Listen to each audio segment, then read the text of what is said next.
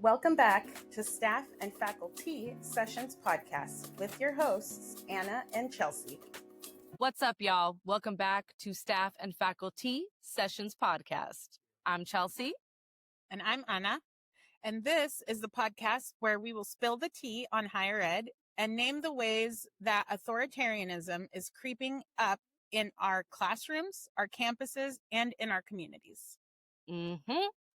Because higher ed doesn't exist in a vacuum, the same systems of control, retaliation, and silencing we see in fascist regimes are also thriving in our own institutions. Yep. So we're here to help connect the dots, to resist together, and to remind all of us that our stories matter and our resistance matters. Our liberation is tied together. So grab your mug and let's get into it.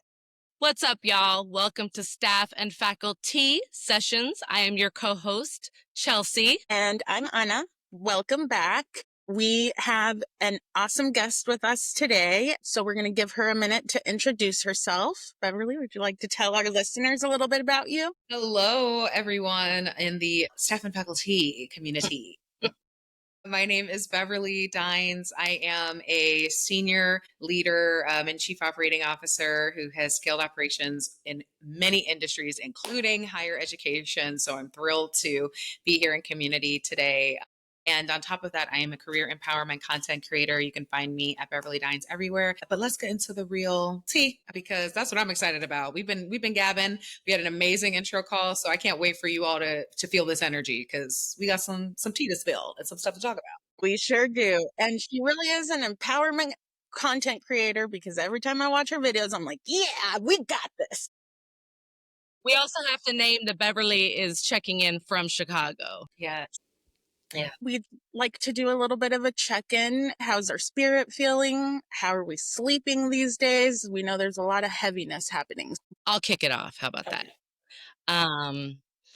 We had a really beautiful day on Sunday in community, and just being surrounded by so many people that I love and that make me feel loved just as I am, as an organizer and as just a real mouthy bitch who says the things. It was just a reminder how held we are when we actually make that effort to show up for one another, especially all the incredible women in my life, all the women of color and consciousness. I just felt really grateful. So I've been on a little bit of a high since then, while also, of course, navigating all the heaviness in the world. But that's keeping me in my hope discipline this week. So check. Would you like to go? I'm feeling definitely reminiscent and reflective. My birthday was this past Sunday, and anytime I complete a rotation around the sun, I'm always thinking about my journey and where I've been, where I'm going, and am I honoring the Beverly that I continue to try to aspire to be, and where are the ways I can continue to improve there. But what I will say is, as somebody who is coming in and calling in from Chicago, what was very salient to me was, and I was just sharing this earlier, leaving to go grab dinner or lunch with my family, and an ice truck driving past where I live. I mean, there's this dissonance that we often can have, where you're seeing what's going on socials, even where you live. This is happening around you. And of course, doing what you can to be present, but also trying to celebrate, exist in duality, exist in reflection. I mean, it's hard not to be overwhelmed. And we kind of had this moment in the car where I'm like, wow, we're on our way to celebrate this thing. And yet there's terror happening also around. And how do you exist at the same time with that reality, while honoring the joy, while also acknowledging the very real that's happening around you too. And so I feel very privileged to be here, to be in a space where I can represent, my city. Hopefully I continue to be somebody who's a voice of empowerment in a time where people are constantly being challenged and disempowered. And I want to just continue to do that as I rotate another round around the sun. So yeah. I love hearing both of your joy check-ins, because I do feel like it's so powerful to highlight that when it's possible, and there's little moments of joy that come in all the time, but to have these kind of big moments. So I want to take a moment to just wish you a happy belated birthday, and thank you for joining us. And I'm glad that you were able to spend a little joy time with family. And I also want to honor Chelsea. She just won the Firebrand Award from the Fund for Santa Barbara. And so that's where we were celebrating her this weekend. So it was really beautiful to be in that space and just seeing you being uplifted and cared for and loved on as a person who shows up for community all the time. And so that was really beautiful. And yeah, I got some interesting news this week that has kind of shifted things a little bit, and it's just making me kind of reflect on the journey that I'm on and, how to kind of move through that. So I'm sitting with it for a little bit. But I'm also a little bit into the astro stuff, and we're in a big transition moment right now with, Pluto being in Aquarius. So they tell me it's justice stuff, and I do see a lot of things that are seeming to align with that. And so that's kind of where I'm staying grounded and seeing all these little mini revolutions starting everywhere and seeing those fires kind of connect into a bigger movement. So that's what's keeping me together these days. Thank you both for checking in. I want to start by asking Beverly if you can share a little bit about your career journey and your connection to higher ed and what has kind of led you to this place in your career. Definitely. That my career started really in higher education. Went to undergrad at the University of Dayton and graduate school as well, right after at the University of Dayton. And originally I went to school for pre-medicine. There's this motif throughout my career where I genuinely want to help people. I've always wanted to help people. And I've always been a bit of a science nerd. And so I went to school for pre-medicine, and over time kind of realized maybe being a doctor wasn't really for me. And so I shifted to bioeducation. My thought process was, if I'm not going to be a doctor, maybe I can teach the doctors of the future. And then I taught in the inner city and the suburbs of Dayton and the surrounding area. And I want to shout out educators, teachers who are on the ground doing what they do, because I stepped away because of the red tape. I felt like the ideas and things that I wanted to empower students with, there's so much, politic there.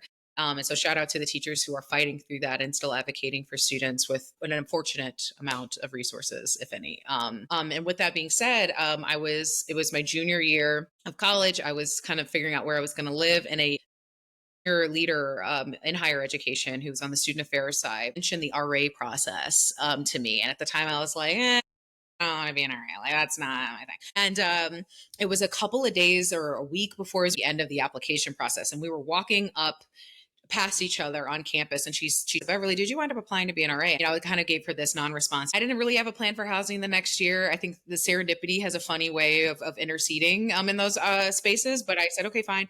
I applied and then placed my senior year as an RA in an off-campus residence hall. That was my first introduction into higher education.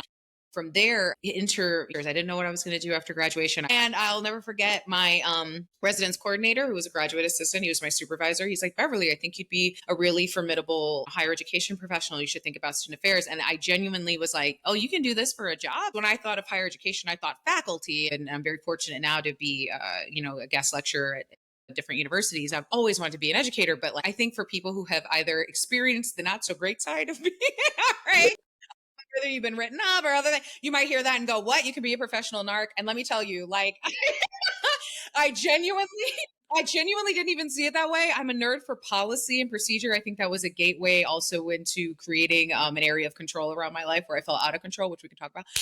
But ultimately, he sent me on a conference where I learned about higher education.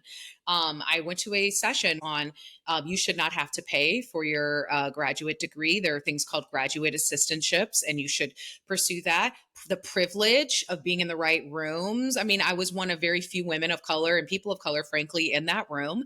Thank God I had went to that session, because I came back and I almost missed the deadline for the graduate assistantships.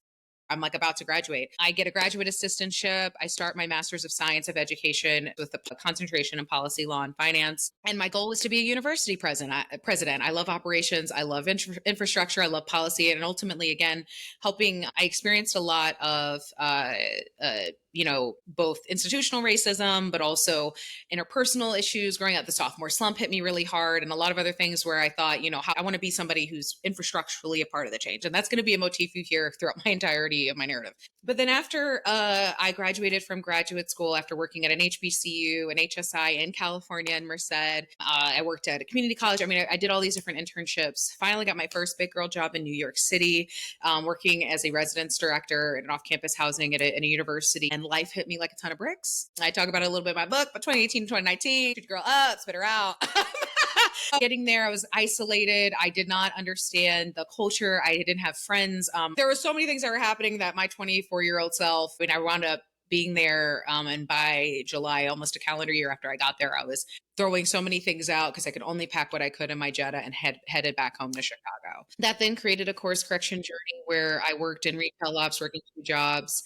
And then the pandemic hit like it hit so many of us, and I found myself unemployed. And that is, I think, whether I realized it or not, those little seeds of something's not right here when it comes to the hiring process and ultimately how we're being positioned started to really build for me. I had to systematize my application process to the point where I'm sending out, hundreds of applications, sometimes a day, but definitely a week. And I'm burning out and I'm feeling like something isn't right here, but kind of pivoting throughout, and ultimately wound up working in higher education, working my way up to practice management, then working in fintech, working my way up to a senior director of biz ops, then becoming a chief operating officer in nonprofit arts. And that journey kind of shifted in March of this year. I was scrolling on TikTok like so many of us do, which is why your voice, if you are listening to this, do not underestimate the power of your freaking voice. Hear my story and resonating with it, because when I tell you I did not see myself as a content creator, I always have been creating content whether I realized it or not, but it was for my friends. It was internal because the fear of perception is real. And I have a theater minor.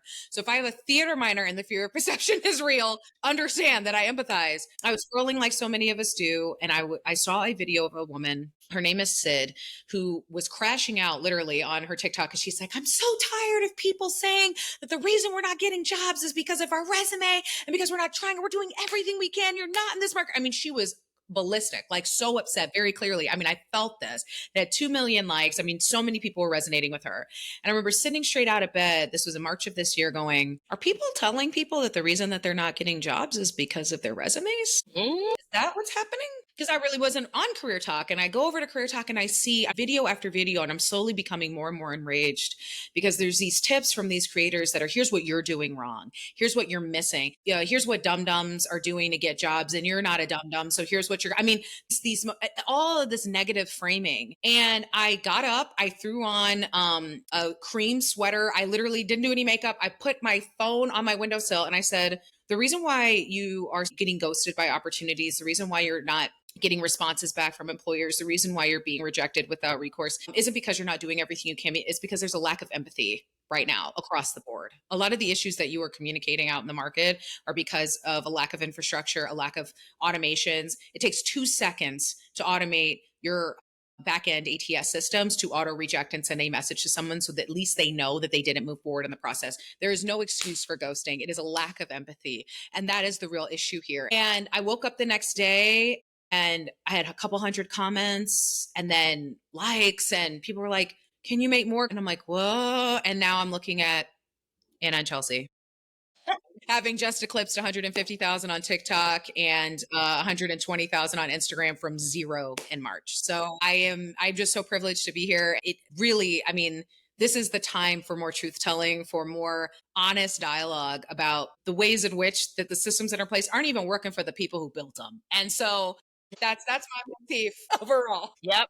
Thank you for sharing that. I really think it's important to make that connection to where you started in higher ed, to make sure that people understand that you understand what we're talking about, what we're experiencing. And I can't wait to get into, the meatiness of it all. But I also really wanted to say thank you for amplifying your fear of perception and how that's still something that you're struggling with. And I appreciate you encouraging folks and just reminding us that, again, the reason we started this podcast is because all of our stories matter and nobody's telling our stories unless we are.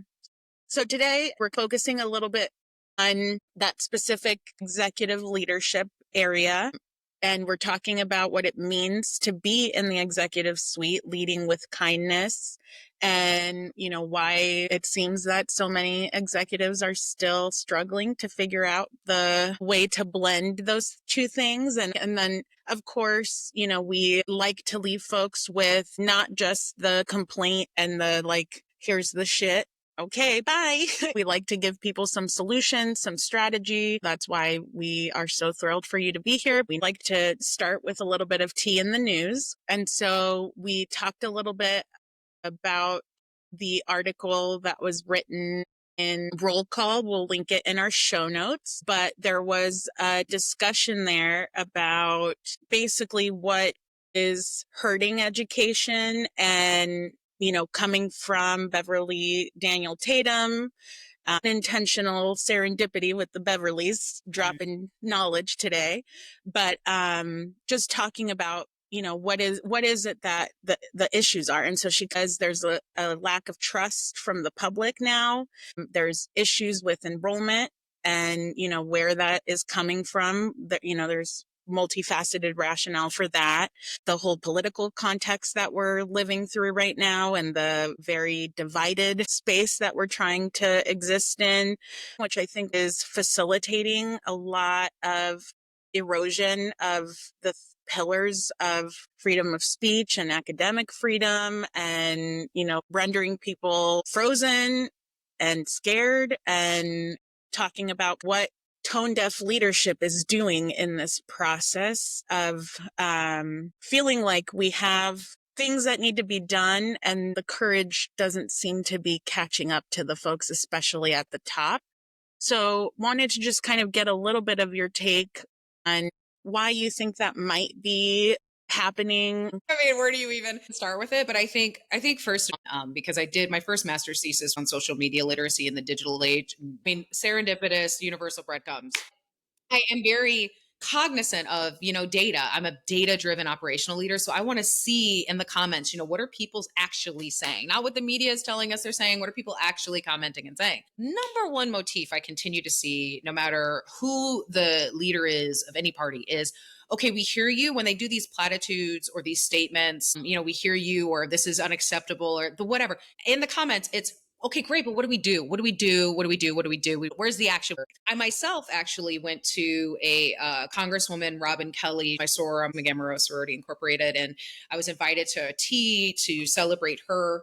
And I asked her, I said, the divide within the arts, where the Gen Zs and younger millennials feel like there's a dissonance between what we are seeing and what is actually being done and what do you do? And her response, which I'm paraphrasing, was, for many folks in the positions that they're in, they're fighting with one hand tied behind their back. And it's just as critical that folks are being involved in the community. And if they feel like there's something that isn't working the way that they want them to do the action to move forward. And so on the higher education side of things, I think we're seeing a couple of things that are happening and converging at once. The first being, the price of higher education continues to rise exponentially with more and more resources continuing to be gutted. And when you continue to close out the ability for folks to have access to those spaces in general, that already creates a narrative and a conversation that's been frankly happening. When I was going to college, and I became an RA for a reason. It got to that point senior year where it was like, okay, Beverly, and I always kept a job. So I don't want the data also to distract from the fact that on the back end, the windows are closing for people of marginalized backgrounds, from intersectional backgrounds. So we would have access to these spaces to begin with, which are often gateways to the networks that give you access to the leadership, to the experiences, the co-ops, the rooms that many of us benefit from. And I actually want to take a moment to acknowledge community colleges, because I had to take 2 classes this summer in between my first year of graduate school and senior year. I was able to walk and all the things, but I just had to, get those two little class credits. And so I went to the community college. Shout out to Sinclair Community College in Ohio, where I went. And I will tell you, I had one of the richest higher education experiences of my career. It was such a diverse learning environment. The diversity in conversation was so fruitful that I truly believe that actually is the grander ploy here. It's not actually, I believe, not to silence freedom of speech, it's to prevent people from connecting and being able to identify more greatly together from difference of background. Because if I learned anything from being in that room, I learned such a great deal, and I could tell we were all learning from each other. And that's dangerous to a system that benefits from exclusion. It benefits from othering, and it benefits from those who are marginalized or those who are outside of the systems or being taught that they're outside of the system to fight each other to get into the system. And so when I was reading through that article and I was thinking about the greater context with free speech, I mean, there's a real uh, need for us right now in this time to talk to each other. But that was the beauty of it. We were educating each other and supporting each other in that education. I really think that that's the real aim, because if you're able to engage thoughtfully in dialogue, you're able to humanize. And if you humanize, then you're able to think empathetically. I don't hear people talking about empathy very much at all. And you learn empathy from communicating, from talking, from learning from each other. And that actually is the real play, because if you humanize and connect as a community, well, then you're not going to be fighting each other now. You're going to be looking at, wait, who separated us to begin with? Mm-hmm. Yep. Part of the reason that all of these things come into play is really that isolation. They want us to be alone and feel alone and not find that collective joy, that collective resistance, because that is the biggest threat to these systems, right? And so I really appreciate you kind of framing it in that way and thinking about the empathy component of that, because I have not heard a lot of people talking about empathy in any meaningful way. And so I see this as an opportunity for us to really talk about why empathy is so important. And especially when we're talking about in our leadership capacity, whether that's, positional and you're in a role where that's a requirement of you, or if, for many of us are not in positions of leadership, but because of our interests, our skills, all of these other things, we do end up in some sort of leadership role. There's a lot sitting there that I am wanting to chew on a bit. Well, and I think when we talk about leadership, right, there's all these different tiers. So some of the traps of people that are in those middle management roles, right, is you're getting the shit from the top, that all rolls downhill, and then you're getting the pressure from the bottom, right? So when you think about empathy and who is entitled to empathy, right? And so then the conversation evolved to all the programs that are under direct attack, right? All the initiatives that are supporting Black and Brown students. Now we've gutted Department of Ed for students with disabilities and other needs. And you just, again, sit in all of that bullshit and just, it's really hard to take it all in. And yes, I'm grounded in my empathy, but I've really been sitting with all of that, right? With, again, us talking about all of the attacks on everything that is good, on everything that all of our ancestors fought, in the movement for civil rights and everything else. All of that is under attack right now. We have to be able to name like where those attacks are coming from. Yeah.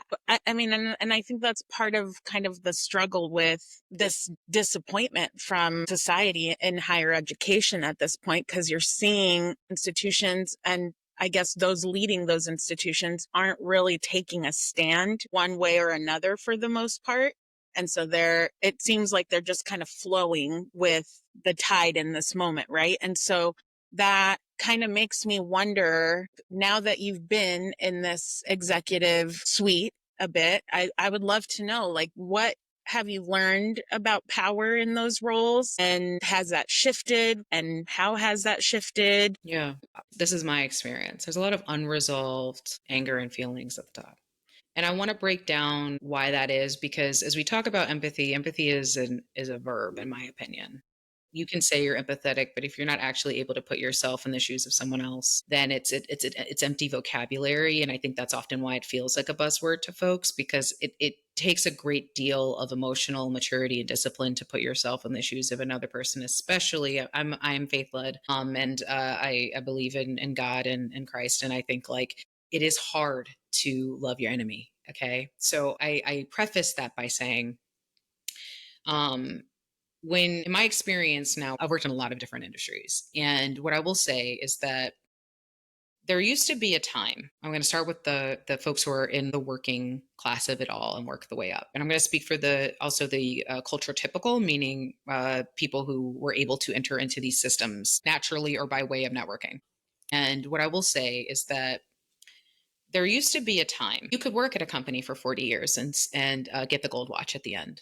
You could work at a company for 40 years and you'd get a pension. You'd get, at some place, corporate towns, you get a house, you get amenities, there were things, benefits, healthcare. You had somebody who'd show up if a family member passed away. There were people whose jobs it was to represent or send the flowers. There were infrastructure points in place for a lot of people. And then slowly but surely, those things started to put away. So you have anger at one level because people are expected to do the same level of work, if not more work, with less flexibility, less guardrails, less support, less infrastructure, less leeway, less reason really to be able to invest. But then our question on loyalty are being laid off without recourse. They're being treated like, yesterday's news. At the same token, you have leaders who were taught a very specific way to climb, which is by any means necessary, contorting yourself to fit a system that does not serve you. Masking. We often talk about masking as it relates to those who are neuroatypical, marginalized, so on.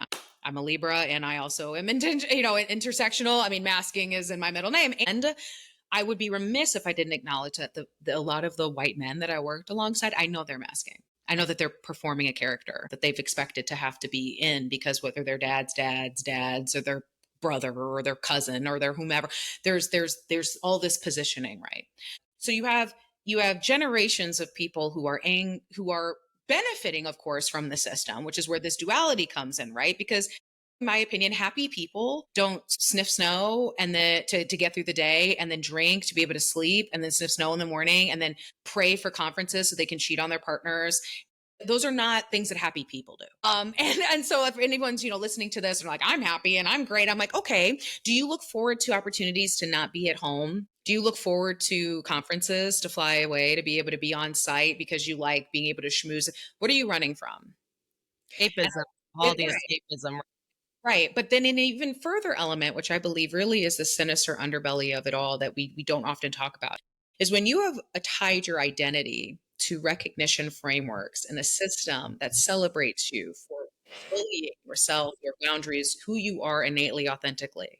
I mean, the amount of times in my career, other folks who may be listening who have been policed because of my face, because I had a natural reaction that humans do. I'm having a sidebar because somebody didn't like my reaction to something, right?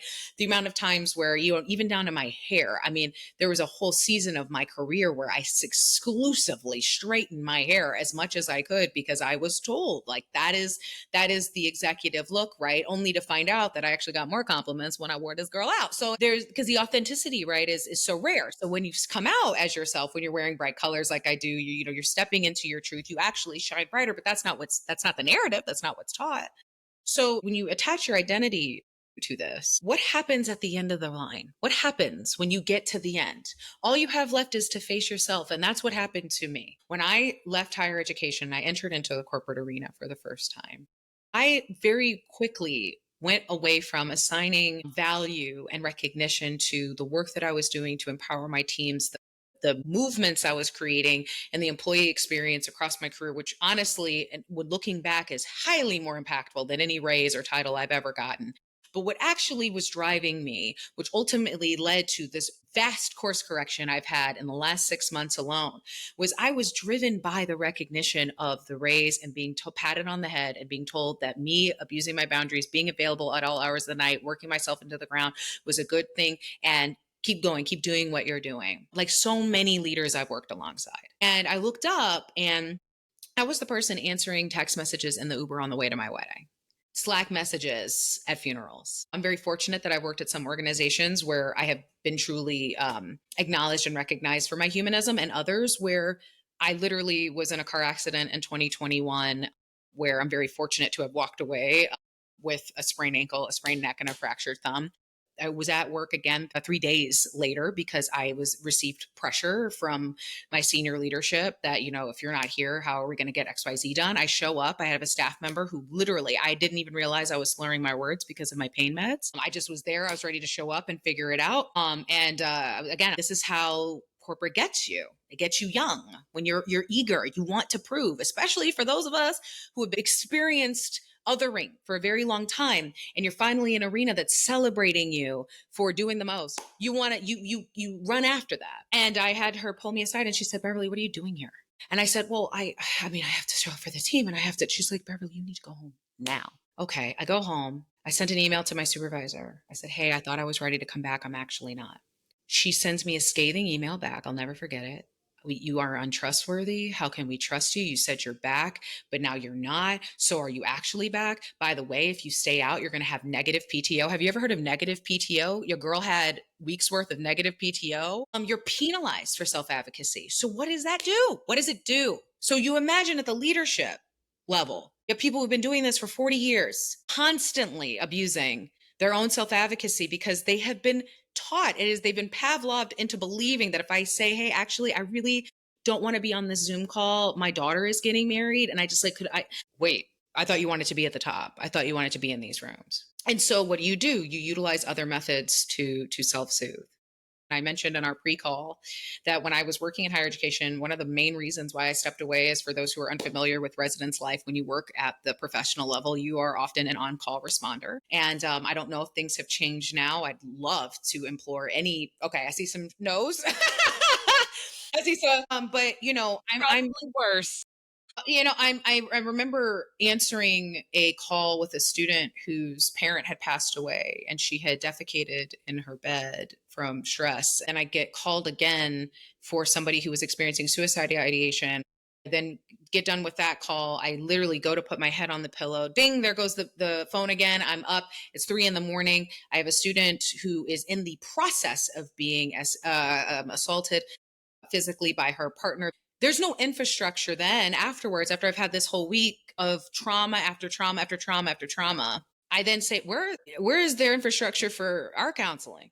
Because you're just like, hand the phone over. That's what I did. Hand the next person. It's their week. And yes, one could argue you have healthcare. Go get therapy. Go get whatever. And fortunately enough, I started to. But it's not, at least when I was in the field, it wasn't necessarily a conversation that was a part of the onboarding. Like we barely have folks on call for the students for their mental health. So you imagine that where you have student affairs professionals who've been doing this 40, 50 years, 30 years, 20 years, in my case, 4.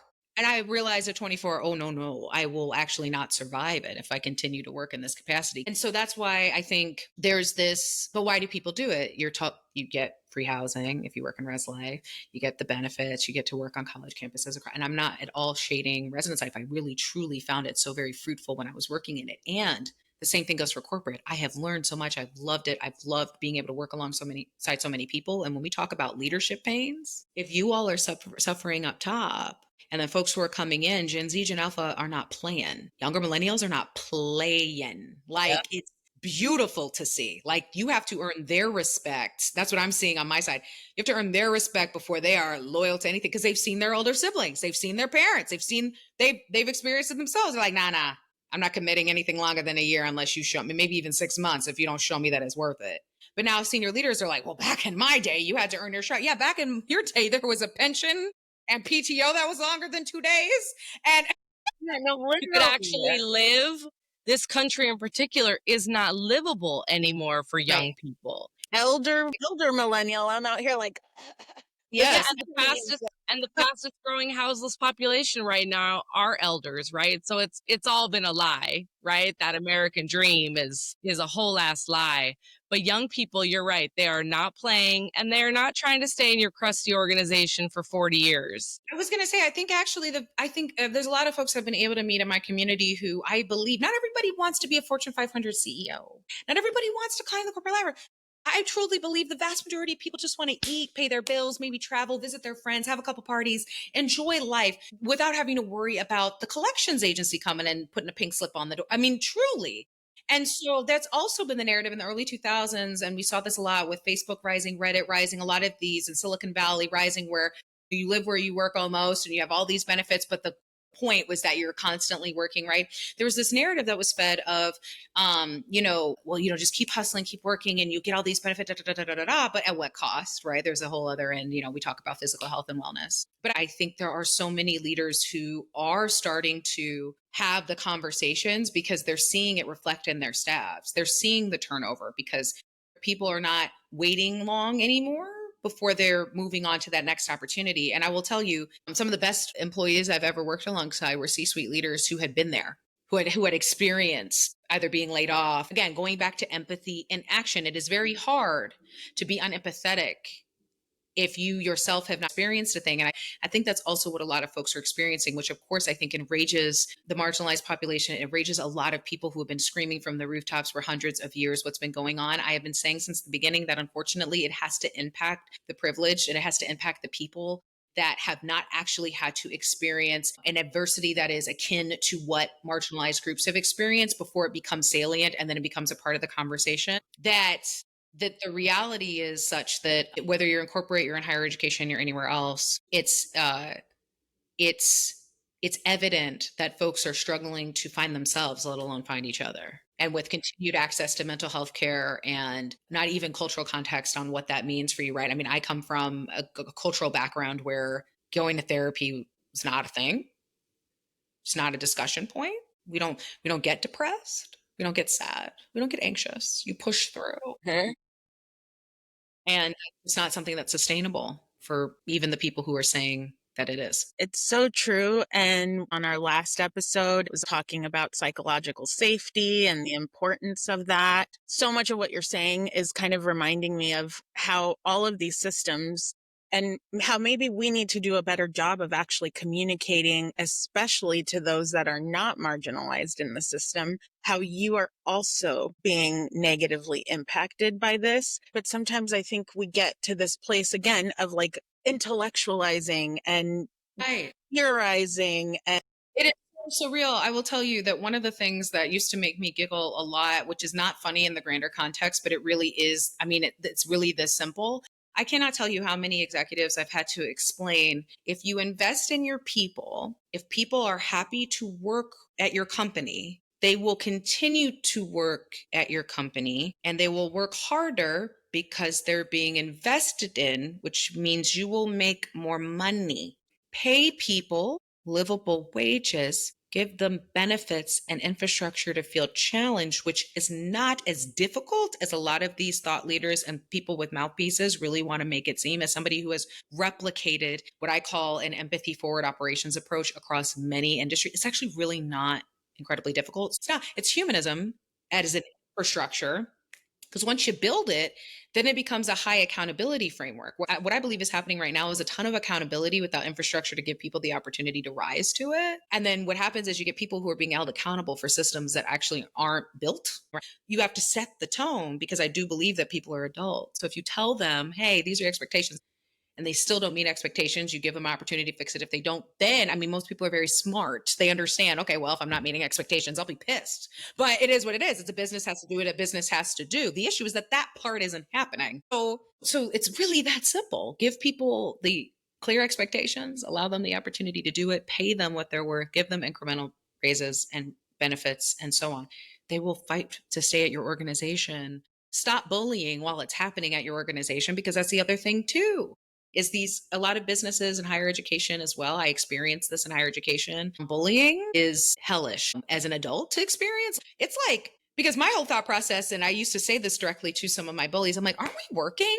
Like, don't, like, can I just clock in and out? yeah. Like, can we not? Genuinely. But again, when the system is built on the othering, there are some folks who their entire identity is the office, which is why there's this pushback to get people in office. Because who am I if I can't have dominion? Who am I if I don't have my clicks?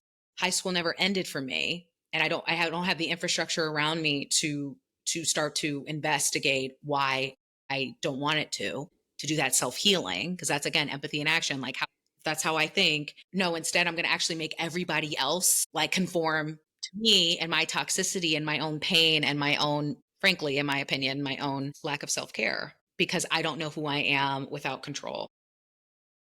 And that's the whole thing.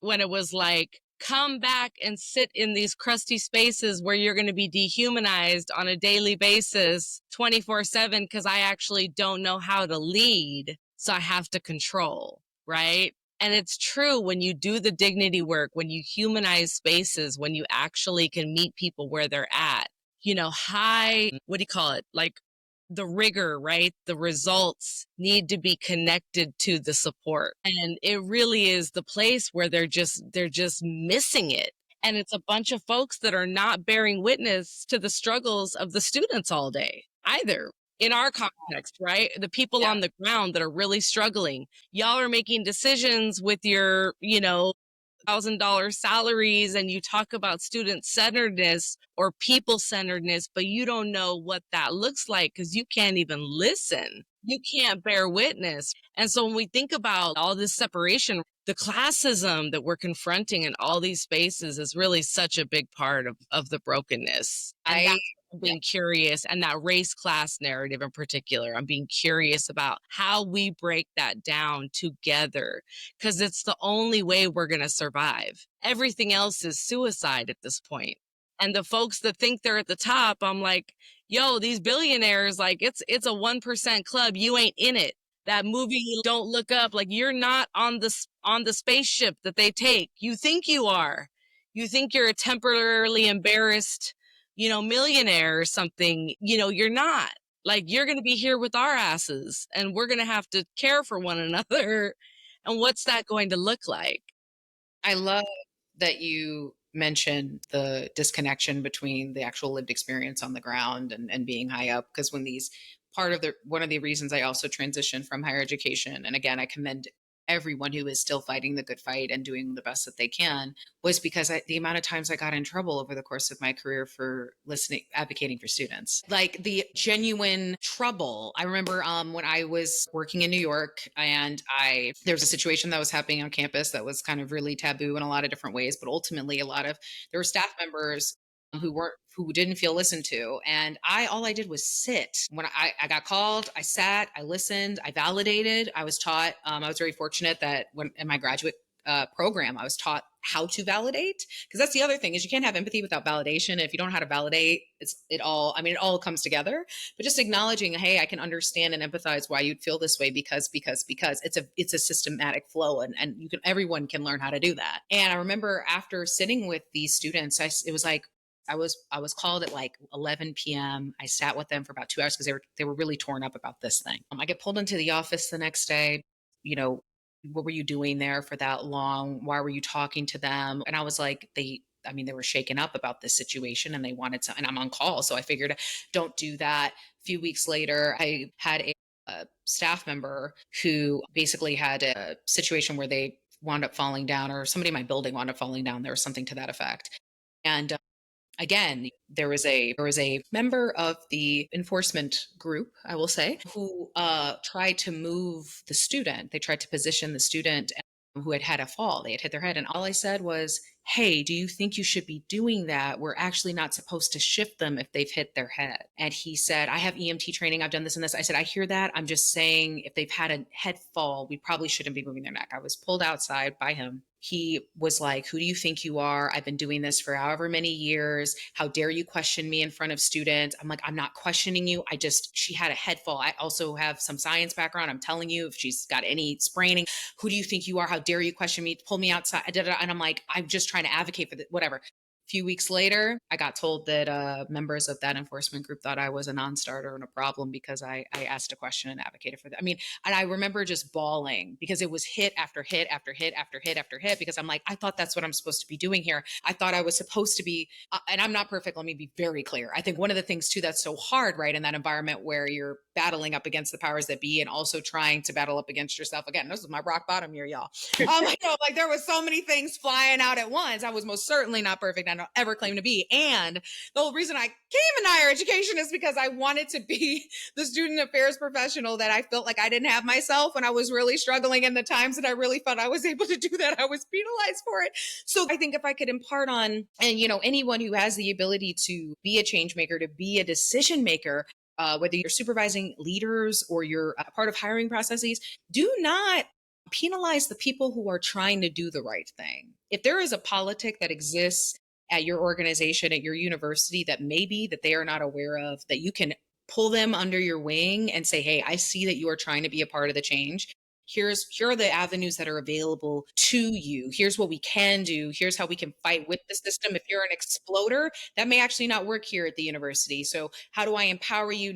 I was completely isolated to the point where it was getting to a point where I wound up finding out later I was having a panic response every time I was called in for a one-on-one, because they kept blindsiding me with these, well, so and so didn't like that you said this and that. I said, all I did was ask if they, and so I think that's, going back to the point about free speech and advocacy, we've also, I think, lost the art of, and I think this is where cancel culture comes in. I don't know if this plays for it, but considering I'm a creator, a lot of people also don't want to say the wrong thing in leadership, don't want to say the wrong thing, especially with DE&I, all these things, right? There's so many just asterisks now about what you can and can't do. It's hard to keep up. And then that on top of all of the frustration and anger, especially in higher education, where there is this, and I'd be curious as to if you both feel this as well, and especially those who are listening.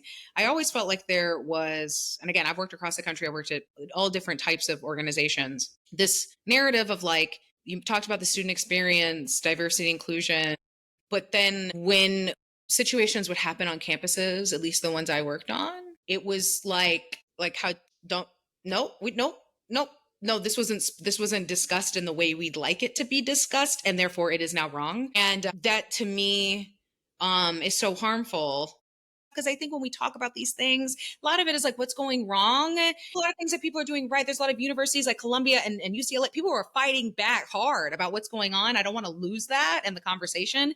And that doesn't mean we like also not look at the data. So here's what we can do. And let's just say when I applied to that on-campus job after graduate, I did not get that job. And obviously I don't want to infer anything, but I just think, it goes to show that there's a palatable way to discuss about these things. And it's palatable to who? Because a lot of us don't get the luxury to cherry pick. One of the things that really stands out to me in what you're saying is there needs to be a big reckoning in terms of like figuring out what are our values as higher education, as our individual institutions or districts, and are we moving in a way that is in alignment with that? Because I think that's the part. To answer your question from earlier, nothing's changed. Name a problem, you're the problem. Advocate for students is probably one of the worst things that you can do if you're someone who's interested in moving through the, ranks. And, Chelsea had shared an article at some point, which I've seen this research coming through many times, about who's kind of drawn to that power seat, and, the CEOs that are diagnosable psychopath, sociopath, narcissist. So again, like, how are we structuring the processes? How are we structuring the daily experience of employees to either foster that or to disrupt that, and like when we allow the bullies to be the ones taking the lead on building the culture because people are afraid of them, is that the world we want to live in, where you're just fearful and unable to like advocate for yourself or those who need that advocacy? No, I think for most of us, the answer is no, right? We as humans want to connect. We are social creatures that desire that communal existence, but everything that leads to promotion is set up in a very like competition. We're all fighting for limited resources, when in reality, that's not the case. We choose to frame that in this way, but how could we shift that paradigm? To speak to action. I really think that a revolution that I'd like to see happen across the board, especially in higher education and definitely in corporate, is the power of alignment, choosing alignment without painting a broad stroke. Because I will acknowledge I have worked alongside CEOs that definitely fit the archetype that you are describing, and CEOs who genuinely give a freaking damn about it a lot of the time. And not just CEOs, there's senior leaders, folks who are rising up the ranks right now. I want to also preface by saying I made a very aggressive goal to be a COO by the time I was 30. I was a COO by the time that I was 30, and I'm a young executive. So, in recognizing that, if you're listening for a little bit of hope, there are so many leaders I have worked alongside who are rising right now, who get it, who care, who want to be a part of the change, and what they continuously struggle with. And so, this is for those who are working in the day to day. They struggle with, and I've struggled with this, is paying for the pains of leaders past, because there is a trauma there. We do not talk about workplace PTSD enough. We do not talk about going from one situation to another, whether that be because you were laid off at your last company and now you're just trying to survive and pay the damn bills. So you don't have time to think about alignment. You have to pay the bills. So when you're there, you're now reacting to, you might actually have a leader who cares, who gets it, who wants to empower you, wants to enrich you, coworkers who are not trying to bully you, but because you are still on alert, because your sympathetic nervous system is on 10. And from lived experience, I remember going from healthcare to fintech, my first couple of months, wondering why I felt so relaxed. I don't know what it is. And it clicked for me. My gosh, I haven't had a panic attack this week. I haven't had a panic attack in a couple of weeks. Oh my goodness. And one may argue, well, that's not me. If you have a physical reaction before you walk into work, that's a sign. If you wake up and you are dreading walking into the workplace, you are literally depressive. That is a sign. If you go into work and you have anxiety because you are fearful of what your boss might say, or you don't like looking at your calendar because you're nervous about a surprise meeting, that is a sign. Whether you label it or not, we do not talk about it enough.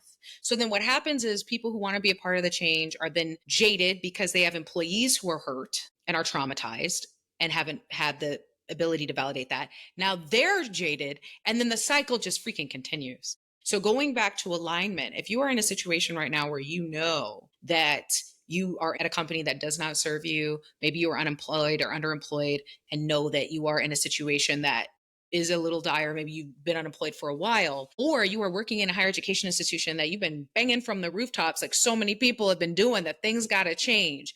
I implore and beg that before you make those transitions, you think about, like you said, what are my values? What are important to me? When you think about that alignment, search based off that alignment. Do not look at what they put on their damn websites. Look at LinkedIn. What articles are they resharing? What are they investing in? What are your teammates, potential teammates? If you're not on LinkedIn and your career doesn't, go on socials. A lot of companies have social media accounts. Do that investigative research to find alignment, because I guarantee you that in that process with alignment and attunement, and if you genuinely treat that organization individually, because we do a lot of broad strokes discussion and discourse right now, especially because of what's going on. If you treat it individually, that does not mean you stop questioning. It doesn't mean that you don't challenge. It doesn't mean that you don't continue to want to improve the systems. But I have a lot of friends who are leaders who I am very aligned with, who say, dang, if only they, and I've experienced it where I'm like, whoa, whoa, whoa, whoa, I'm here for you. I'm here for you. Like I've literally had employees who I emailed them. It was like 5:30 p.m. We closed at 5. And I got this very like tense text back, like, why I don't answer messages after you don't have to answer it. How can I better communicate in the future? Like, we're not enemy. And they wound up communicating at their last role, very similar to my experience. They were expected to be on. So they were sensitive to that. I'm like, great. Okay. What is our language? What's our nomenclature? What's our values? That can't happen if everybody is on guard. So that's an action piece that I implore folks listening to give yourself the respect of that due diligence and research, because you'll find out pretty quickly. Look up articles. You'll find out a lot about what they actually believe in based off of what they invest their time and their resources and their reshares in. Glassdoor can be your friend. Okay. Space. Yes. I've not been in an executive position, but, have worked with them. And that kind of sparked an idea, which I think would be a huge game changer is, you sent that email not expecting a response, but the messaging felt and landed as like, I'm sending this after hours. And so you should respond, because that is how we are socialized in the work, right? And so I'm like, what would it look like if supervisors schedule sent emails? Oh my gosh. I do that it is yes, capital Y, yes. I don't mean to cut you off. Capital Y, yes. I got into the habit, especially because of that employee, Yes. where I was like, I don't want other people to, or what I do, I'll schedule send, or if it's something that I want them to first see at the very beginning of the day, or if they happen to be looking at their emails, but I don't want them to respond. I am the queen of, in bold black letters at the top of the email, I will say, do not think about responding to this before 9 a.m. tomorrow. I'm just putting this in. Like, I have emails I could show you that do that because I'm like, I want to set the expectation, because you're absolutely right. The onus is on us. And I most certainly don't want anyone to walk away from this episode thinking like, okay, Beverly, we get it. Self-accountability and self-investment and self-care, and because it's all real. However, you're absolutely right. What infrastructures and automations and systems can we as senior leaders be putting in place? And that's what it goes back to the original point I made about empathy forward operations. The reason why I'm so passionate about building policy and infrastructure in your business at the onset or when I come into your space is because quite literally, it is as simple as every leader after 5, if you have an emergent matter, here's a tiered system. If it's a tier 1 issue, can wait till tomorrow. Schedule an email. If it's a tier 2 issue, which is clearly defined, because we don't even, how many, not define. It's just everything's a fire all the time. So if everything's a fire, nothing is. And so what's tier 2? Tier 3, okay. But then who is on call? Do we have an on-call system? Do we have extra pay for that person who's on call? Are they bought into that? Do they know they're on call? Yeah.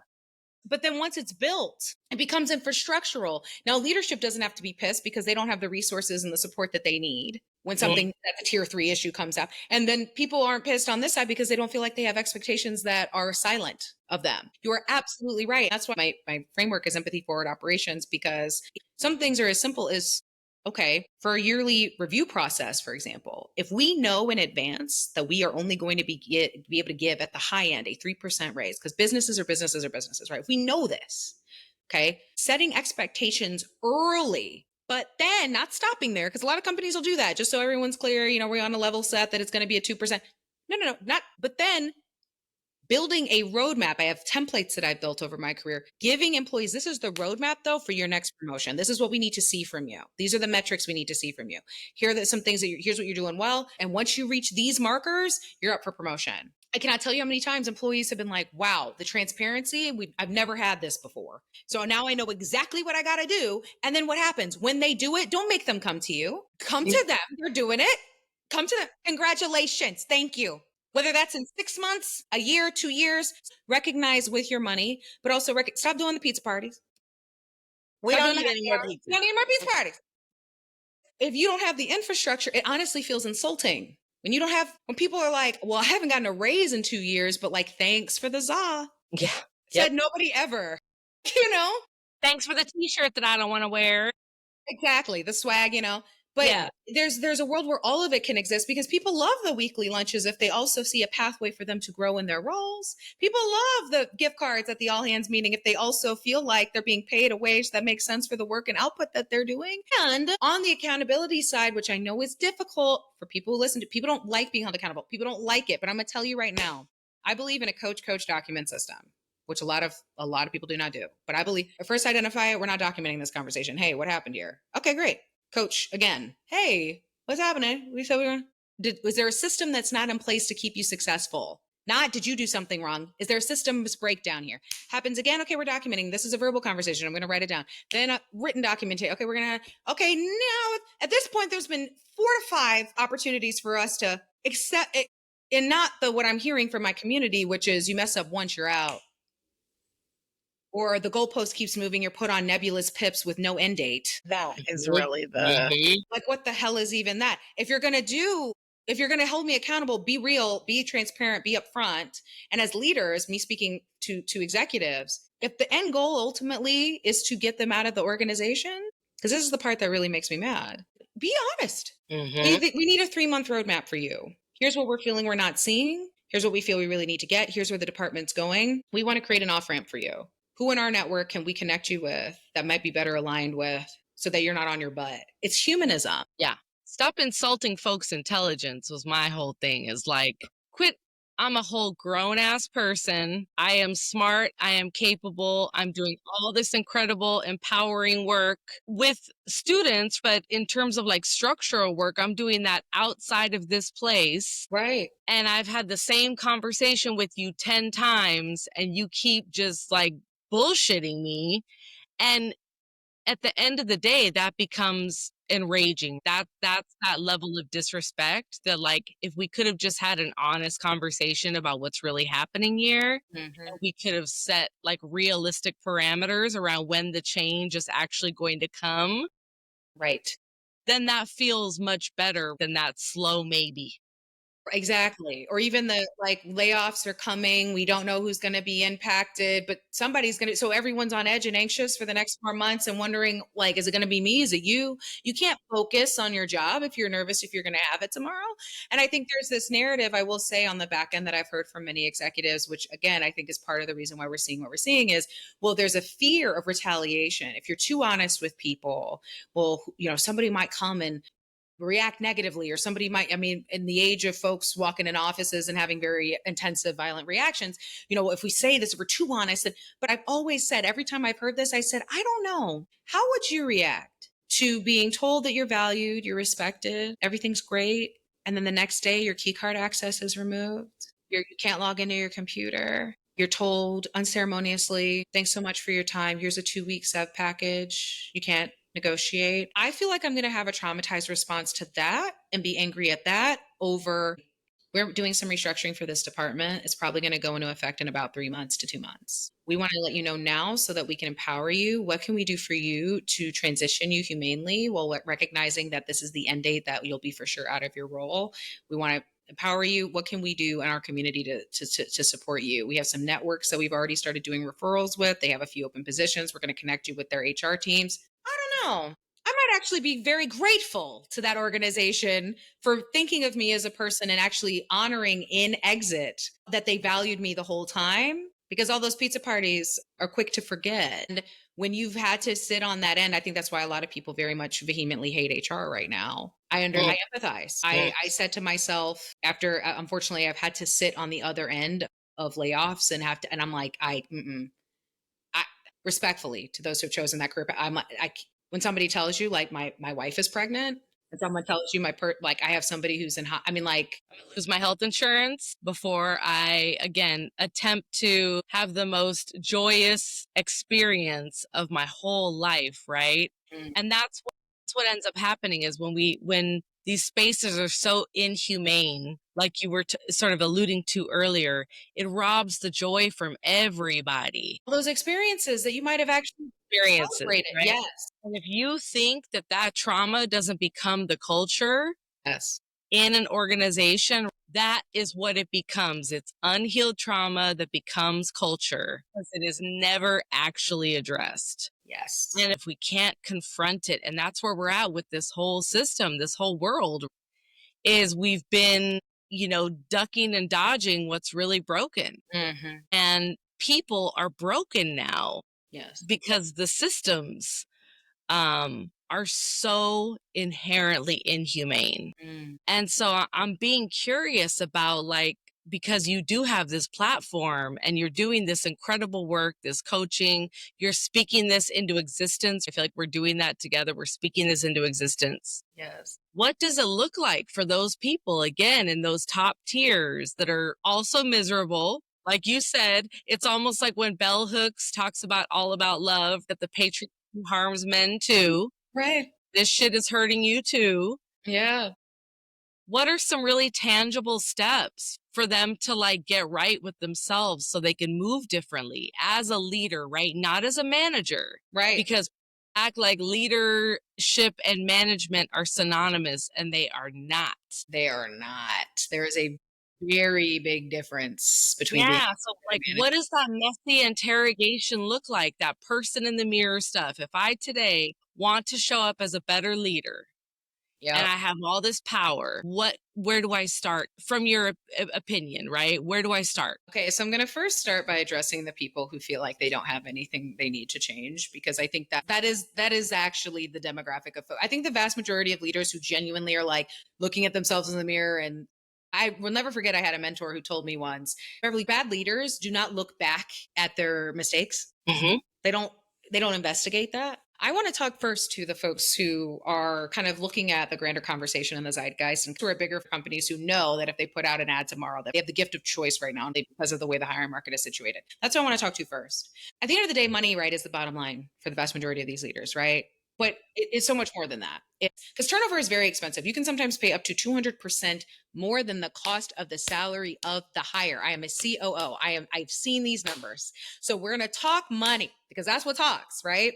So turnover by itself, if you have a retention issue at your organization, it behooves you to think differently about your operational infrastructure when it comes to human management, scalability, and infrastructure, because you're the person who has to go to the board and explain why you're short again. You have to go to the board and explain why you have to do another round of restructuring, because whether it happens or not, it is ugly to the media, it's ugly to the staff, it ruins rep, it's not cute. So you are that person who has to keep going back to those stakeholders and communicating why yet again this system or this new department reorg failed. So if that is somebody who is listening to this, it behooves you to invest in these infrastructures so that you can come back and be a success story. Retention has increased dramatically, turnover has reduced dramatically, and because of that, we actually have superseded our runway by X amount because people are drilling in because we added 2 different operational policies because we reached out to Beverly and talked with her about how we, you know, like truly, if that is all you care about is the bottom line, I hear you.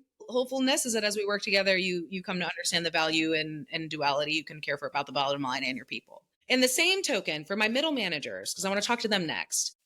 When you talk about ish flowing down, I think the hardest part is being in that senior management director space where you have just enough autonomy and power to like make some decisions, but not enough to make the ones that really matter. It's a hard place to be in because you're often the ones, in my opinion, in my experience, that are the most bullied.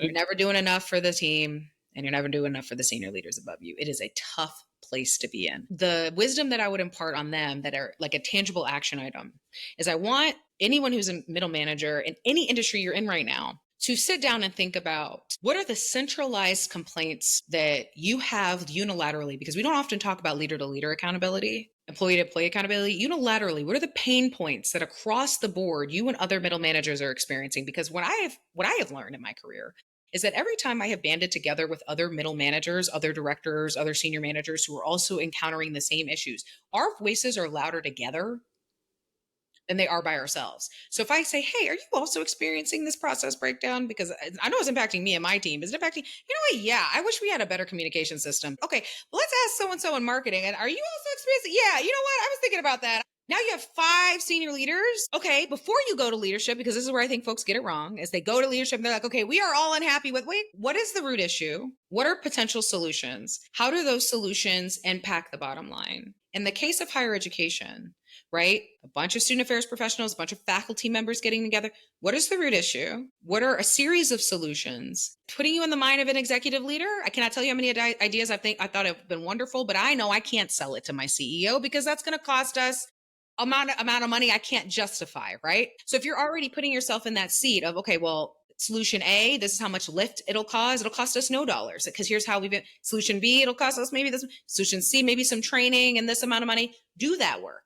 Then position yourself in front of senior leadership as a collective. We've made it easy for you. Pick A, B, or C. Because at the end of the day, we just want this solved for ourselves and our teams. I will tell you, it is such a massive lift for those leaders because a lot of the time it never gets there. It's a gaggle of complaints that come from different places. But if you're unified and working together and coming up, now we're making real progress. Now we're really cooking. Because if all I have to do is pick between A, B, and C and give you the budget to back it, boom, pow. Thank you. Also, thank you for innovating. Also, put that on your resume, middle managers, please. Please put your accomplishments on your resume. And then for those who are rising as leaders, like maybe you're a lead or you just entered into management, I want you to think now. I want you to document, whether you journal, whether you have your own database, whatever that is for you, for your own process as a person.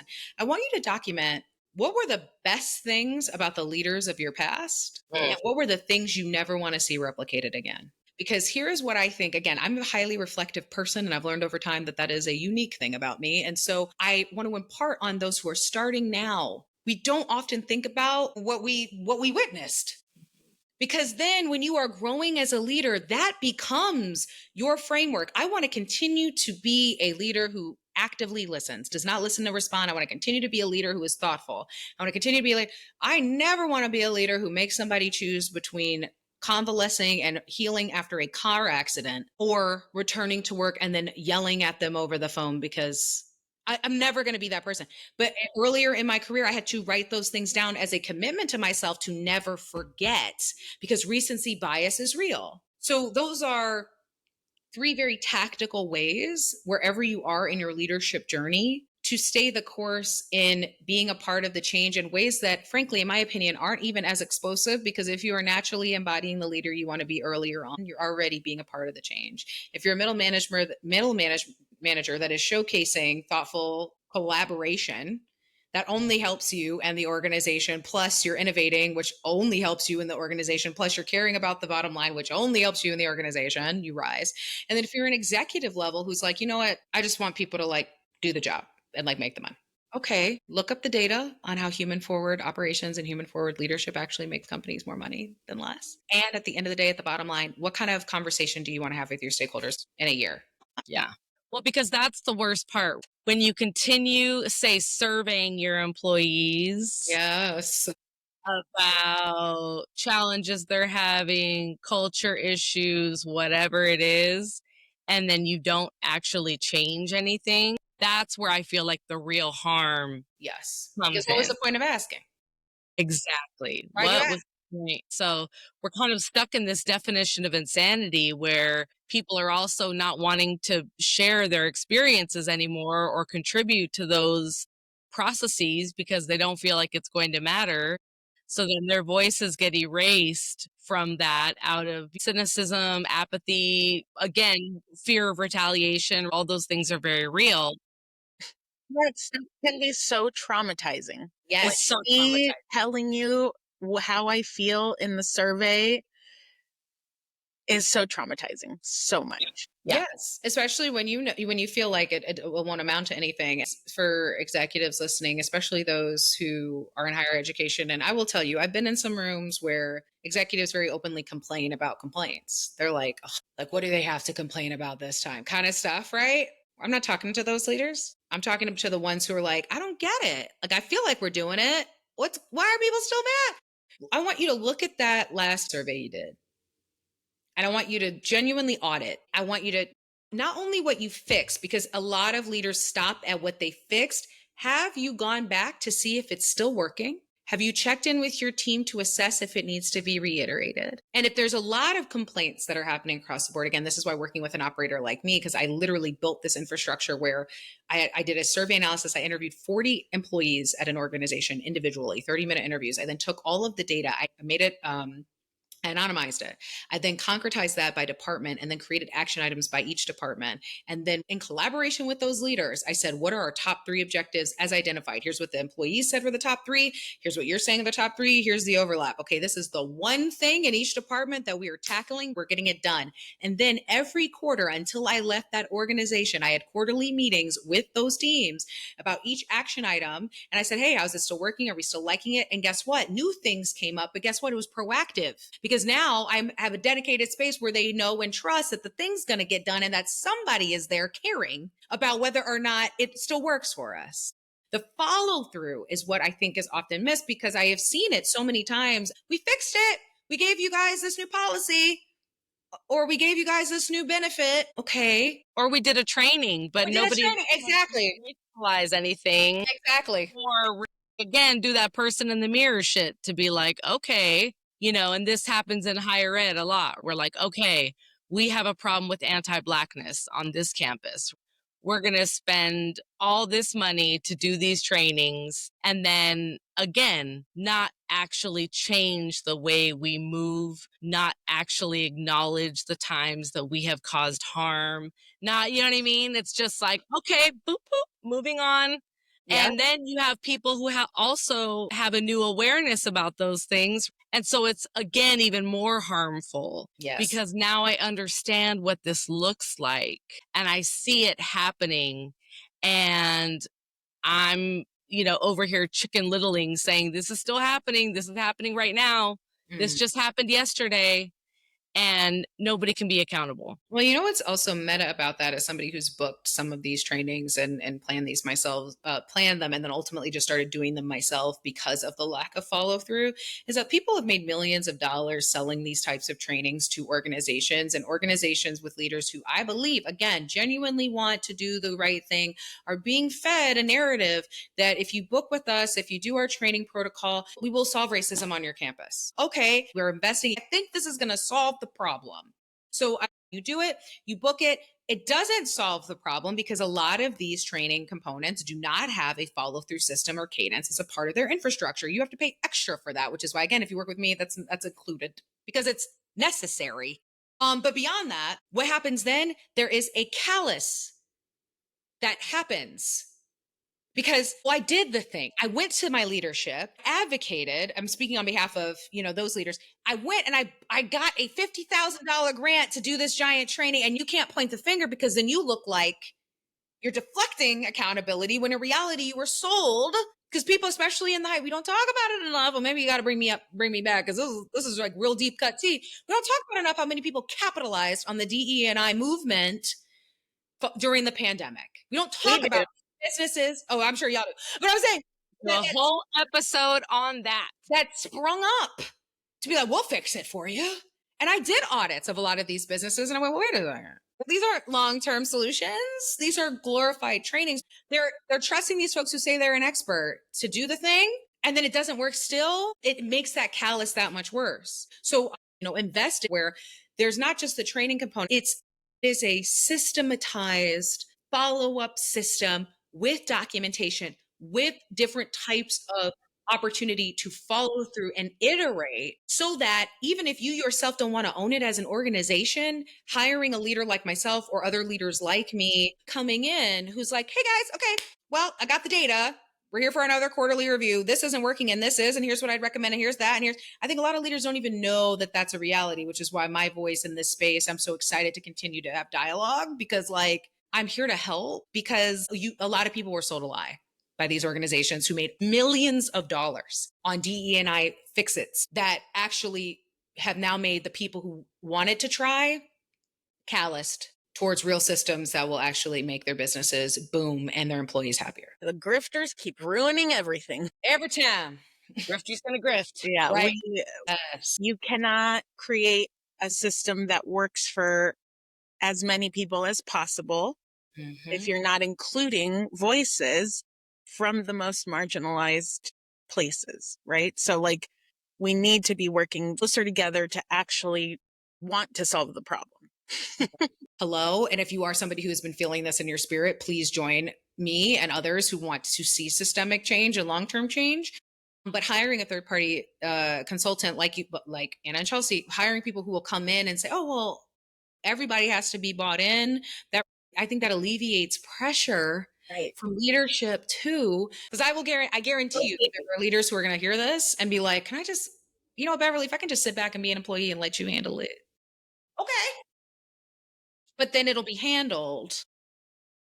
I love how you talked a lot about intersectionality because say you put a leader, a white woman who's never done any of this work before, ever in charge of a group to address gender inequity. Right. And this whole ass white woman doesn't even know where to start with any of this. And so again, you have created a bigger problem than you had when you started.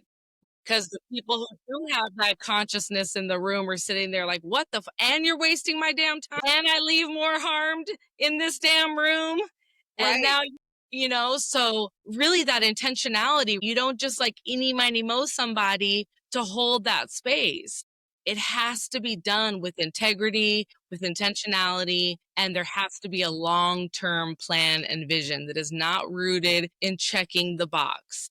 Yes. Or just making people shut up. Dr. King really talked about that negative piece. And I feel like in so many of our institutions that are so committed to, niceness versus radical kindness and transformative change, everybody's sitting in this negative piece that is not present of justice. And for people who can actually have a vision for what it can look like, that shit is maddening.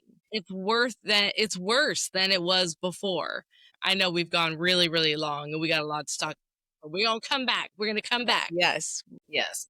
And I want to summarize and have you clarify if I'm not capturing it all. But just to put it in very succinct, executive leaders, middle managers, anyone who's aspiring to be a leader, the things that I heard as critical to having a leadership style that is actually supportive of your people and not just a management style is we need to be clarity in all processes. And I really just want to highlight that component. I'm an instructor, so I thought of it as a rubric, Yes. and how important those are. And we talk about that all the time as instructors and professors. If your students know what you're expecting of them, they can meet the call, right? If you are putting out instructions that are very clear that tell you 5 points for this, 4 points for this, 3 points for this, then students can actually meet that because it's clear. I can make a path to that. I can talk to my tutor. I can talk to, my friends and come up with the issue there. So I feel like that piece around clarity and just being very explicit about expectations, about structures we have or don't have in place. Also, collaboration and accountability across rank, across positionality. This is not anything that anybody is free of, but looking at it as a collective practice in our institution. We collaborate and we hold each other accountable with care, right? And then what I always think is the most important piece, which people laugh every time I say it, but I'm like, no, I'm not joking. Self-work. Go to therapy, sort out your shit, so that your wounds aren't driving your decision making, the way that you're operating, the way that you're connecting or not with others. It's so critical to take that time to really reflect, and it is not separate from being a good leader. The leaders who I admire the most are those who are able to say, I don't know everything. Yep. You are smart. And I trust that when I don't know, that's why I built this team, right? Because I want us to be able to count on each other and to lift each other up. And when I mess up, I'm going to say, I fucked that up. I misunderstood, acted out of response or reaction instead of, forethought. So yeah, that's kind of what I got out of what you were sharing. Is there any part of that you want to like tweak or clarify or? I think if anything, the button I would end on in regards to that, if there's anybody who's listening to this or comes across these clips and thinks that it doesn't impact you or your business, I did a survey of where I did 2 videos on Instagram and TikTok asking, if you're based in Chicago, I have a question for you. Has your employer said anything? Have they contacted you about what's going on right now? Have they checked in with you? If you're based in Chicago, but your company is global, has anybody checked in with you? That's all I asked was, has anybody checked in with you or they acknowledged what's happening because they have employees that are based here? I have thousands of comments and counting of employees who are either saying yes or no. So I want to reiterate that you can try to ignore the very real reality of what's happening and impacting people in the day to day in any context that's relevant to the humanism and challenges therein that are happening, especially in the US context, and understand the fact that your employees are not ignoring it. They're paying attention to whether or not you give a damn, which is why my podcast, How to Give a Damn About Your Workplace, is exactly on that. Because all I asked was, has your employer checked in with you? Yes or no? Some people said yes, and I'm so grateful. And I implore you, if you are a senior leader, if you are somebody, go to my comment section on those videos, either TikTok or Instagram. We'll People link are them in the show notes to make it easy for you. period. People are saying yes or no, and they're paying attention. I've had many people say, interesting, I didn't think about this, or you know what, I've already started thinking about, or thank you for, you know what, they haven't said anything about. People are starting to pay attention to that in ways that you may not even think about, because I've had a lot of people in those comment sections say too, they're saying no politics at work. I'm paying attention. People are aware, even if they're not saying it in office or saying it on the all hands meeting. So you have to ask yourself again, do you want to keep telling your stakeholders about the consistent turnover or the continued quiet quitting or the continued, escalation of folks not being bought into the mission or whatever it is that you tell your stakeholders that you're trying to resolve? Or do you want to be a leader who can say, you know what, we perma solved it. Here's what we're doing. Here's the infrastructure we're building. We're meeting them where they're at. Whether you give a damn or not, because your employees do. What type of leader do you want to be? And Okay. our students are too.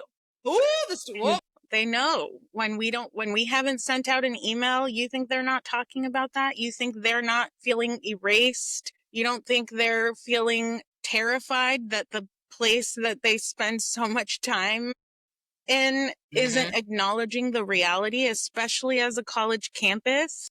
Yes. There's no question. We're all existing in this world. Are you able to move through this world not thinking about any of this? Doubt it. And aren't students future alumni association members? It's like they don't get it.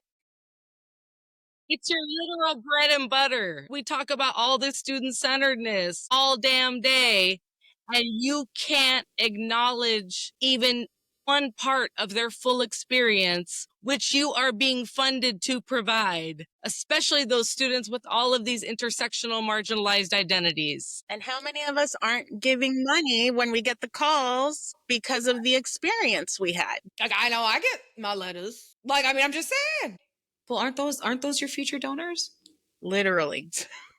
Happy. Well, really appreciate you spending this time with us and sharing all those strategies. I really hope that some of the folks that have resources and decision-making power will reach out to you. Y'all, don't sleep on the help. Yeah, truly, truly. Like, I'm ready. Well, thank you. And as we're navigating this world and trying to make change, we stay rooted, Stay radical, and stay resisting. Yeah. Thank got you. this, y'all. Thank you, Beverly. Thank you all so much. If you're vibing with us, subscribe on Spotify and Apple Podcasts, and don't forget to rate us 5 stars. Also, follow us on Instagram and YouTube and share staff and faculty sessions with your peeps. Want another way to support our work? Shop our activist merch at vitalvitavendors.com or buy us a coffee or lunch using the PayPal QR code on the screen. This podcast is for storytelling, education, and entertainment purposes only. Nothing we share should be taken as legal, medical, financial, or professional advice. Everything you hear is based on our own lived experiences and opinions. We are not representing any institution, employer, or organization, only ourselves. Listeners should always do their own research and seek professional guidance where needed.